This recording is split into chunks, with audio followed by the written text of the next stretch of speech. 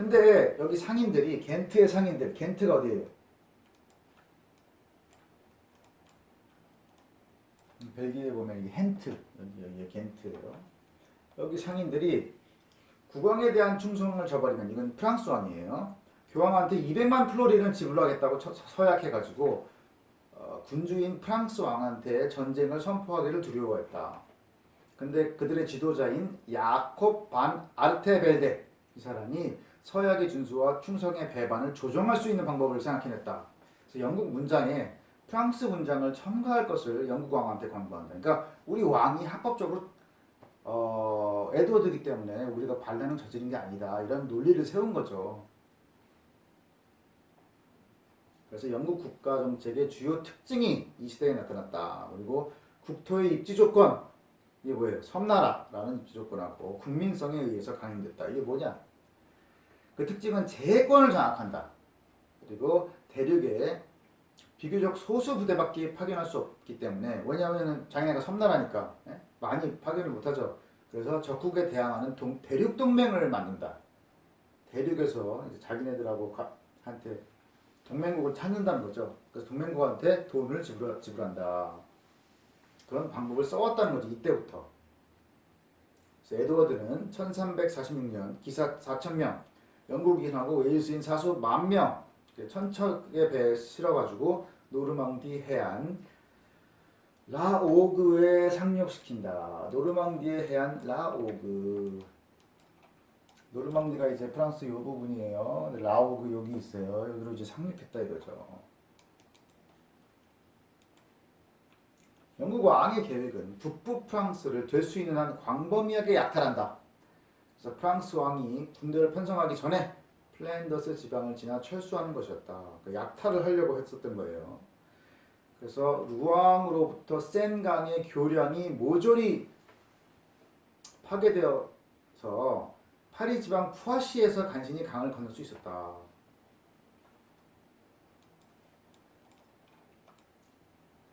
루앙.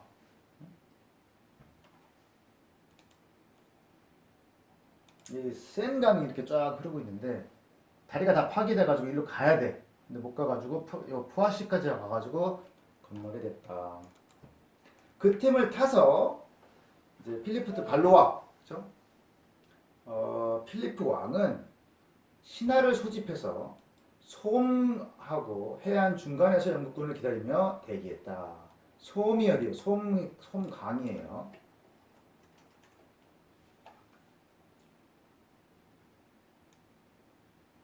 요 솜강.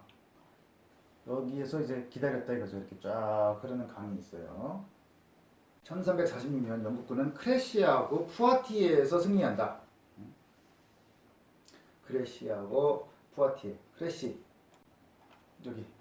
여기하고 푸아티에. 그리고 1347년에 영국군은 칼레를 점령한 뒤에 도보 해역권의 지배권을 확보했다. 그래서 거기서 거의 모든 주방을 추방하고 그 대신에 영국군을 정착시켜서 200년간 이 도시를 점령했다. 칼레. 이제 영국 바로 이 칼레. 그리고 도보 해역 여기를 지배했다는 거예요.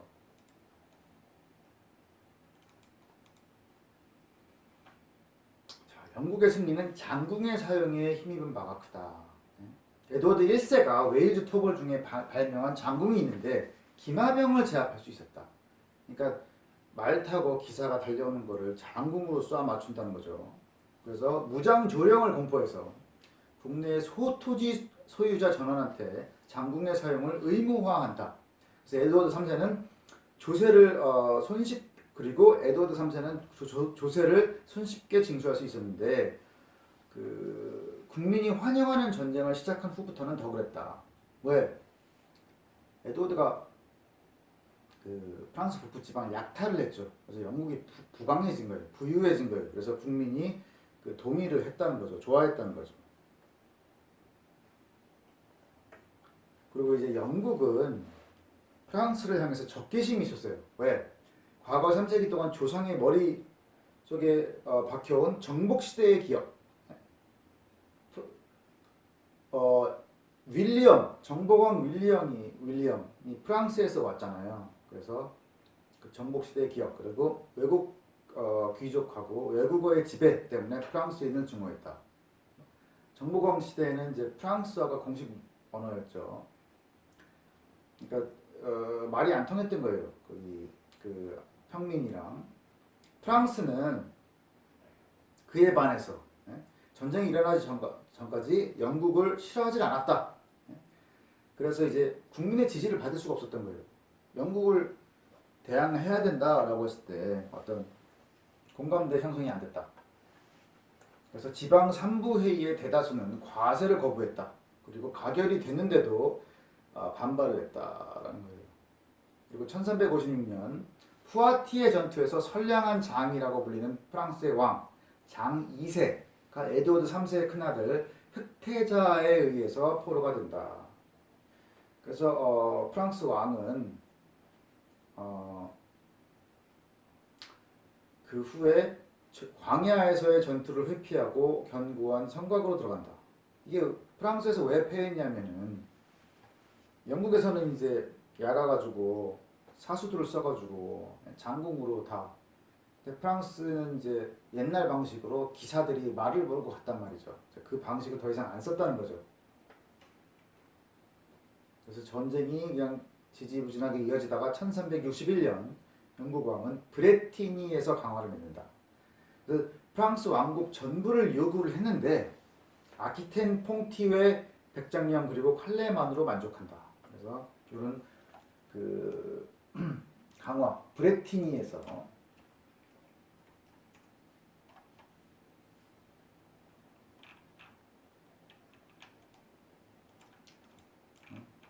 파리 밑에 여기에서 이제 강화가 이루어졌어요. 그래서 아키텐, 퐁티웨, 칼레. 아키텐은 아까 그 가스코니 귀에 여기 아키텐. 칼레는 아까 말했죠. 여기 윗부분에 여기. 그 다음에 퐁티웨 백장령. 이쪽 여기만으로 만족을 했다.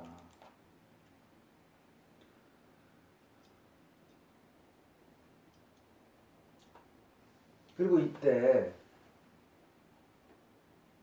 그렇게 이제 100년 전쟁이 이제 일단 전반전이 이렇게 끝났어.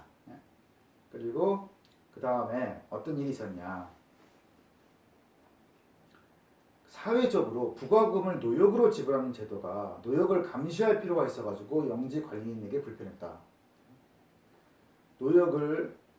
부과금을 노역으로 지불하는 제도가 그 노동하는 걸 감시했었기 때문에 불편했다는 거예요. 그래서 13세기에 이르러서 농노가 자기 돈으로 노동자를 사서 영주 직영 농지에 부역을 시켰어요. 또는 영주한테 일정한 금액을 납부해서 그 돈으로 영지 관리인이 농업 노동자를 사서 부린다. 그래서 자기가 직접 가서 일하는 게 아니라 대리로 사람을 사가지고 주든지 아니면은 돈을 대신 줬다 이거죠. 그러니까 네가 알아서 해라. 나는 이제 내가 스스로 안 하겠다 이런 거죠. 그리고 이제 얼마 후에 소작인이 나타났어요. 소작인. 그래서 일부 영주가 직영 농지에서 수익의 일부를 떼어내 사복을 채우는 관리인에게 경영을 맡기는 것이 그런 것보다는 소농지로 분할해서 임대하는 게 편하다는 것을 알게 됐다. 그래서 관리인이 있어가지고 그 사람이 사람을 써가지고 하면은 본인 주머니로 들어가는 게 있으니까 그렇게 안 하고 자기 토지를 분할해가지고 이제 소작을 시키겠다 이거죠. 그래서 이때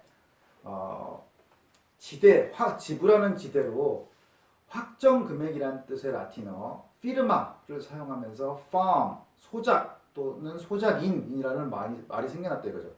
farm하고 farmer 이게 피르마라는 이제 지대가 뭐예요? 땅을 이용하는 대가로 내는 돈이죠. 그 돈이 확정이 됐다는 거죠. 그거 돈만 주면은 거기서 나오는 수확물이 얼마나 되건 본인이 가지면 되는 거예요. 그리고 이제 크래시 전투 후에 흑사병이 영국의 인구를 감소시켰어. 그래서 농노제의 부활이 어려워진다. 이런 분위기였다는 거죠. 농노제가 점차 사라지는 분위기. 14세기 유행성 악질은 흑사병으로 불렸던 페스트였는데 병자의 시체가 암흑색의 검은 반점으로 덮여 있었다. 이 병은 아시아로부터 와가지고 1347년에 키프로스 성을 맹태한다. 키프로스 성은 뭐예요? 사이프러스죠. 아시아로부터 들어왔대요. 키프로스가 여기 터키 밑에 요 섬.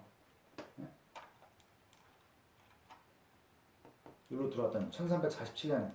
그래서 1348년 1월에는 프랑스 아비뇽, 키프로스에서 쭉 아비뇽까지 왔어요. 프랑스 남부 아비뇽까지 왔어요. 그 다음에 8월에는 영국의 도시 해안으로부터 내륙 지방인 데번과 서머시까지 만연한다. 도시.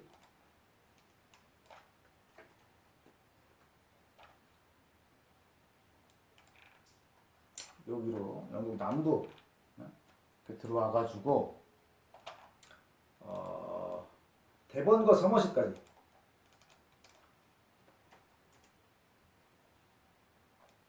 데번은 이제 도시 옆에, 그다음에 서머싯은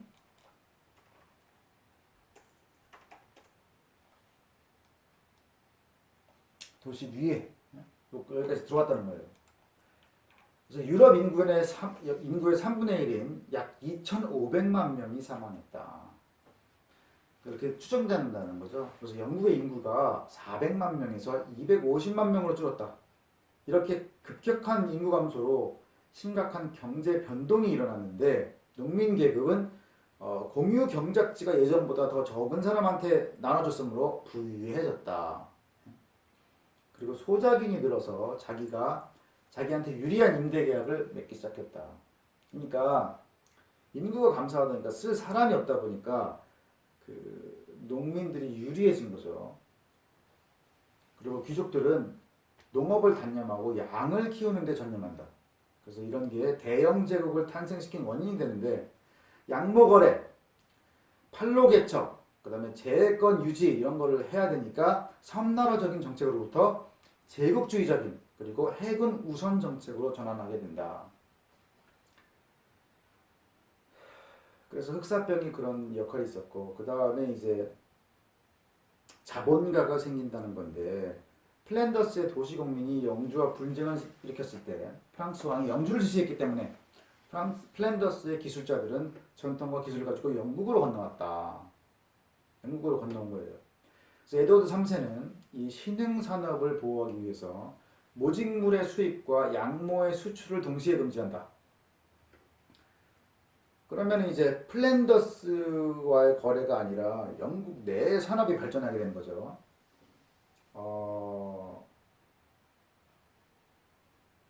양모를 수출할 수도 없고, 그 다음에 플랜더스에서 만든 모직물을 수입할 수도 없으니까, 그렇죠? 그러니까 영국에서 해야 되는 거예요, 이거를. 그래서 직조업이 영국의 주된 공업이 된다. 기업가들은 동업조합의 속박에서 벗어나기 위해서 농촌으로 이동한다. 그래서 자기 공장을 만든다. 왜냐면은 도시에서는 동업조합 때문에 뭐가 안 되는 거예요. 뭘 하려고 하면은 거기 맨날 허가받아야 되고 그러니까, 그래서 원료를 수입해서 제품을 만들기까지 모든 과정을 직접 감독했다. 그래서 자기 공장을 세워가지고 자기가 모든 걸 관리하기 때문에 어떤 그 자본가들이 나타나는 거예요. 대상인들이 생겼고 부정도 많이 이루어졌다. 그래서 재력과 권력의 결탁이 이루어진다. 그리고 영국에서 유태인의 자리를 차지한 롬바르디아하고 피렌체 은행가들이 영국 은행가한테 자리를 내준다. 롬바르디아는 옛날 그 이태리를 정복했던 그 부족의 이름이 롬바르드족이에요. 그래서 롬바르디아라고 하고, 피렌체는 이태리의 한 그 도시죠. 여기서 온 사람들이 이제